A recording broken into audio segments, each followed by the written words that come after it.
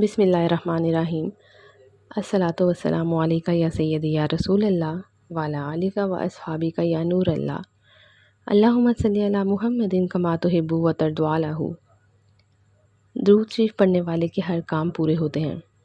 درود شریف پڑھنے والے کی اللہ تعالیٰ خاص مدد فرماتا ہے۔ درود شریف پڑھنے والے کو اللہ اپنے خزانوں سے، اپنے غیب کے خزانوں سے مدد فرماتا ہے۔ حضرت مفتی محمد امین رحمۃ اللہ علیہ، جنہوں نے آب کوثر کتاب لکھی ہے، وہ بتاتے ہیں کہ 9 جولائی 2001 کی بات ہے اور یہ پیر کی صبح تھی، تقریباً 7:45 بجے کا وقت تھا۔ میرے پاس مفتی آباد سے ایک شخص آیا جس کا نام یاسین تھا۔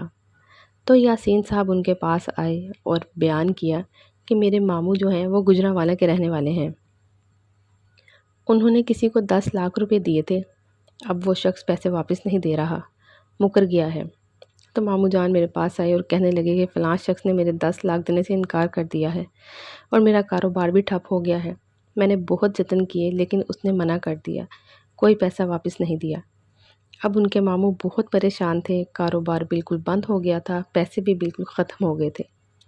تو میں نے ماموں جان سے کہا کہ آپ گھر میں درود شریف پڑھنا شروع کر دیں، درود پاک کثرت سے پڑھیں۔ ماموں جان نے اپنے گھر کے ہر فرد کو بھی کہا کہ درود شریف پڑھا کریں۔ تقریباً 1 سال تک یہ لوگ درود پاک پڑھتے رہے۔ کہتے ہیں کہ 1 سال بعد وہ شخص خود آیا اور آدھے پیسے دے کر معافی مانگ کر چلا گیا اور کہہ کر گیا کہ 10 سے 15 دن بعد آؤں گا اور آپ کے باقی کے پیسے بھی واپس کر دوں گا۔ اس نے یہ بھی کہا کہ کچھ دن سے مجھے کوئی چیز پریشان کر رہی تھی کہ فلاں شخص سے پیسے دے کر آؤ، یعنی ان کو پریشانی تھی، کہہ لیں روحانی طور پر، یا پھر ایسا کہہ لیں کہ جیسے ان سے کوئی بار بار کہتا ہو کہ جاؤ اس شخص کے پیسے دے کر آؤ۔